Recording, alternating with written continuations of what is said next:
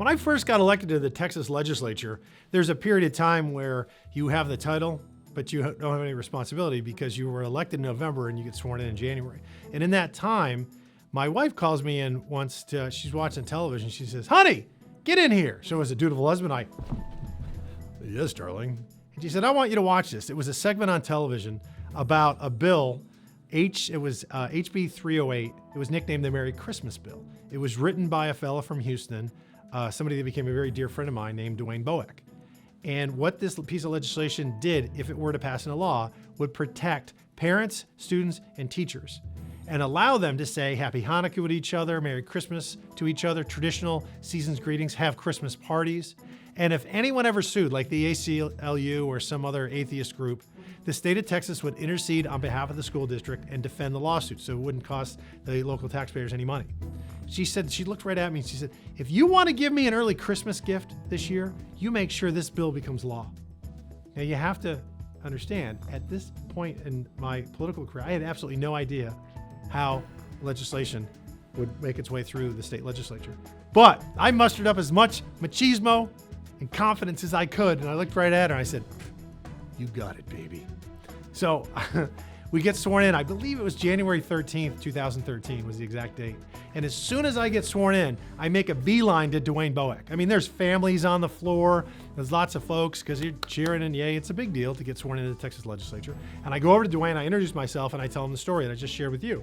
And he goes, "Pat, that's great because this is a redistricting year. We have 43 freshman members of the legislature, of 150 members. I want you to be my liaison with the freshman class. I want you to co-author the bill with me. I want you to champion it with me. And I want this bill, and I want it to be bipartisan because this is Texas."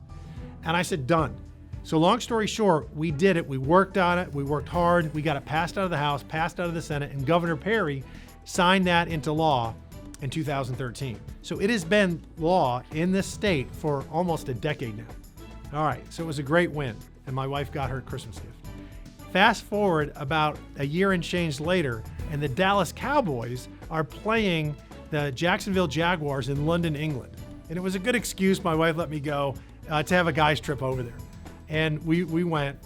And while I was over there, I figured let's set up some meetings with conservative members of the British Parliament, kind of a bucket list thing I'd always wanted to do. And I was able to do that. And the first fellow we met with, we had high tea in the House of Lords. I mean, that didn't get any stuffier than that. It was a really neat experience. And the second guy was a really dynamic fella. You have to understand the way the parliamentary system works. You've got the prime minister, but all the cabinet members too have to be members of parliament. And they're voted in by the members. And so you've got the prime minister, then his cabinet, and then you have undersecretaries for those cabinet ministers. And this fellow, as a member of parliament, was an undersecretary, younger guy, late 30s. And he walks in the room, real dynamic, and he walks in and he says, "Where's Pat Fallon, the man who saved Christmas?" And that was like, you've Googled me. But it just goes to show you how small the world is now. But how important it is for us to have religious freedom, not just as Texans, but as Americans. We need to be able to worship the Almighty to the dictates of our own conscience. Nothing is more sacrosanct. So when we have seen over the last 2 years, governors trying to deny you the right to worship, that's absurd. It's unconstitutional. It's illegal. And we can never allow that to happen ever again. So I just wanted to share the story with you. Thank you very much. God bless you.